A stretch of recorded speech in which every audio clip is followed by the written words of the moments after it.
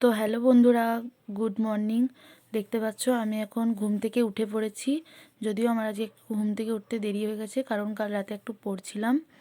তো আজকের ব্লগটা এখান থেকে শুরু করলাম। তো চলো এখন উঠে যাওয়া যাক, তোমরা ব্লগটার সঙ্গে থেকো। তো এবার আমি ব্রাশ করে নেব।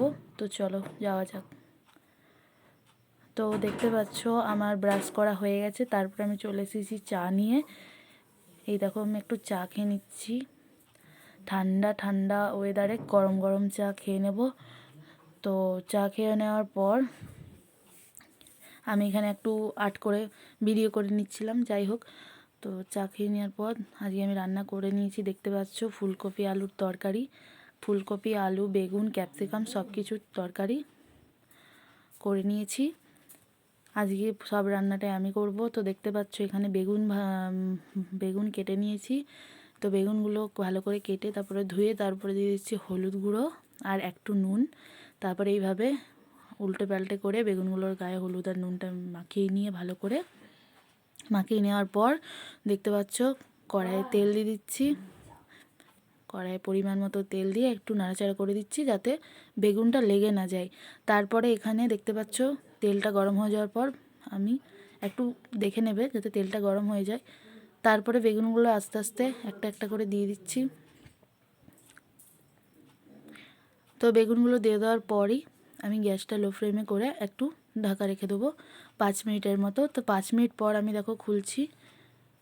দেখতেই পাচ্ছ বেগুনগুলো ভাজা হয়ে গেছে। এক পিঠটা হয়ে গেছে, আরেক পিঠটা উল্টে এইভাবে রেখে দেবে, তাহলে দু পিঠই ভাজা হয়ে যাবে।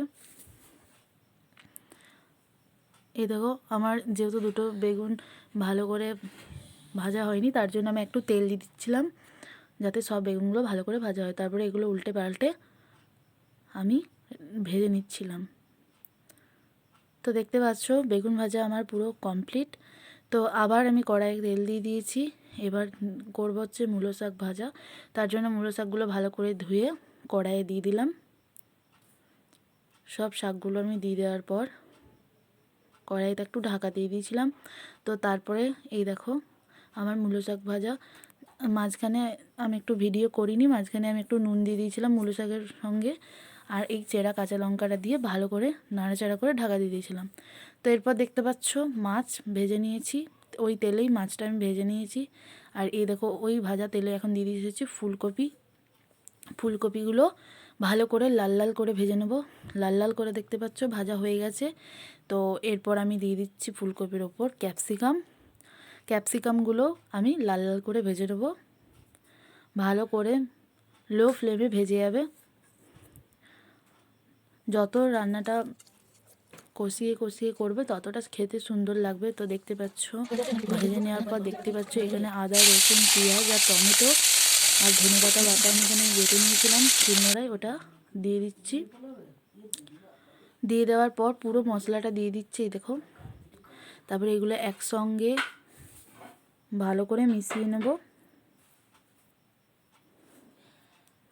ভালো করে মিশিয়ে নেওয়ার পর দেখতে পাচ্ছ গ্রেভির কালারটা কতটা সুন্দর আসছে। ভালো করে মিশিয়ে নেব। তারপর গ্যাসটা ফুল করে রেখে দেবো যাতে মশলাটা শুকিয়ে যাচ্ছে দেখতে পাচ্ছ। তারপর দিয়ে দিচ্ছি হচ্ছে হলুদ গুঁড়ো, আর এবার দিয়ে দেবো হচ্ছে একটু চিনি। এই দেখো একটু দিয়ে দেবো হচ্ছে চিনি যাতে খেতে খুব সুন্দর লাগে। তো ভালো করে আমি কষাতে থাকি। এরপর দিয়ে দেবো হচ্ছে এখানে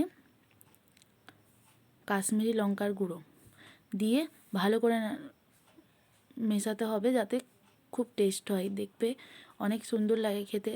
তো এইভাবে নাড়াচাড়া করতে থাকবে গ্যাসটা ফুল রেখে। তারপরে দিয়ে দিচ্ছি স্বাদ মতো নুন দেওয়ার পর ভালো করে নাড়াচাড়া করতে থাকবে। একদম মিশিয়ে নেওয়ার পর জল দিয়ে দেওয়া, একটু গরম জল দেবে তাহলে খেতে আরও বেশি টেস্ট লাগে। তো এই দেখো এটা দেওয়ার পর আমি ঢাকা দিয়ে দিয়েছিলাম। ঝোলটা দেখতে পাচ্ছ ঝোলটা ফুটে উঠেছে। ঝোলটা ফুটে ওঠার পর দেখে নেবে সিদ্ধ হয়েছে কিনা। ফুলকপি ক্যাপসিকাম সব কিছু সিদ্ধ হয়ে গেলে এখানে আমার পুরোপুরি সিদ্ধ হয়ে গেছে।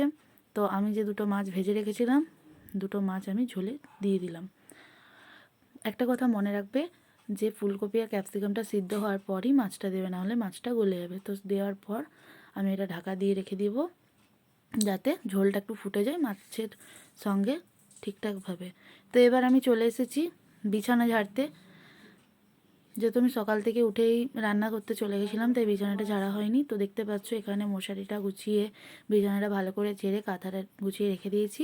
তারপর দেখতে পাচ্ছ এখানে আমি ঘরটা একটু ঝাঁটা দিয়ে দিচ্ছিলাম, যেহেতু আমার সকাল থেকে রান্না করতে সময় চলে যাচ্ছিলো, তাই আমি করতে পারিনি। তো তারপর দেখো আমি গোটা বারান্দাটা ঝাড় দিয়ে দিলাম। তারপরে সব কিছু ঝাড় দিয়ে করার পর আমার রান্না মোটামুটি কমপ্লিটের হয়ে গেছে। তো এরপর দেখতে পাচ্ছ আমি যে ঝোলটা ফুটতে দিয়ে গেছিলাম ওটা আমি এখন নামিয়ে নেব। এখানে আমার ফুলকপি ভালো করে সিদ্ধ হয়ে গেছে আর মাছের সঙ্গে ঝোলটা মিশেও গেছে। তো এবার আমি এখানে 3-4টের মতো ধনেপাতা আমাদের বাড়িতে গাছ হয়েছে, সেখান থেকে ছিঁড়ে নিয়ে এসে দিয়েছি, যেটাতে দেখতেও খুব অনেক সুন্দর লাগে আর খেতেও অনেক ভালো লাগে। তো আমার মাছের ঝোল রেডি। যেহেতু সকাল থেকে আমি রান্না করতে এসেছি তাই খাবার খাওয়ার সময় হয়ে ওঠেনি। তো এই যে তরকারিটা আমি সকালে বানিয়েছিলাম 11:30টার সময়, আমি জলখাবার খাচ্ছি। তো এই দেখো একটু রুটি নিলাম, একটু তরকারি নিলাম, তো আমি খেয়ে নিচ্ছি। আর একটা মালপোয়া নিয়েছিলাম, যেটা আমি মেলা থেকে কিনে এনেছিলাম। তোমাদেরকে যে বলেছিলাম মেলা গেছিলাম সেখান থেকে কিনে এনেছিলাম। তো খাওয়ার পর আমি আবার চলে এসেছি চান করে। তো দেখতেই পাচ্ছ এখানে আমার ভাত করা হয়ে গেছে, গরম গরম ঝুরঝুরে ভাত। তার সাথে এখানে করেছি হচ্ছে ধনেপাতা, বাড়িতে যেটা হয়েছে সেটা চাটনি, ধনেপাতা টমেটো আর রসুন দিয়ে চাটনি। আর এখানে দেখতেই পাচ্ছ যেটা আমি প্রথমেই তোমাদেরকে বলেছি, করেছিলাম হচ্ছে মূলো শাক ভাজা আর বেগুন ভাজা। এই যে এখানে আমার হয়ে গেছে। আর তার সঙ্গে যে সকালে ফুলকপি আর ক্যাপসিকাম বেগুন দিয়ে তরকারিটা করেছিলাম ওটা। আর এই যে মাছের ঝোল যেটা আমি এখনই করলাম। তো এই ছিল আজকের মেনু। তো তারপরে আমি রান্না করার পর চান করতে চলে যাই। তারপর চান করে এসে দেখতেই পাচ্ছ আমি চান করে চলে এসেছি। তারপর একটা ক্রিম মেখে নিলাম আর এখানে একটা টিপ পরে নিলাম। তো দেখো হয়ে গেছে আমার, আমি একটু ঢং করে নিচ্ছিলাম। তো চলো এবার খাওয়া যাক। যে রান্না আমি নিজের হাতে বানিয়েছি। তো প্রথমে একটু শাক দিয়ে ভাতটা মেখে নিচ্ছি, মূলো শাক ভাজা। তো এই দেখো আমি খেতে বসে গেছি। যেহেতু ফোনটা ধরে খেতে প্রচুর অসুবিধা হয়, তার জন্য আমি ফোনটা একটা জায়গায় রেখে খেয়ে নিচ্ছি। সত্যি বলছি, নিজের হাতের রান্না বলে বলছি না, খুব সুন্দর হয়েছিল। আর সবথেকে বেশি আমার যেটা ভালো লেগেছে সেটা হচ্ছে গরম গরম ভাত আর বেগুন ভাজা। তোমাদের কার কার গরম গরম ভাত আর বেগুন ভাজা ভালো লাগে অবশ্যই জানাবে কমেন্টে। তো আমি তো মজা করে করে খেয়ে নিচ্ছি। তো তোমাদের ভিডিওটা কেমন লাগলো অবশ্যই কমেন্টে লেখো। যদি ভালো লেগে থাকে তাহলে অবশ্যই লাইক কমেন্ট আর শেয়ার করে দেবো। তো এই ছিল আজকের ভিডিও। তোমাদের সঙ্গে দেখা হচ্ছে পরের একটা নতুন ভিডিওতে। তো ততক্ষণের জন্য টাটা, সবাই ভালো থেকো, সুস্থ থেকো।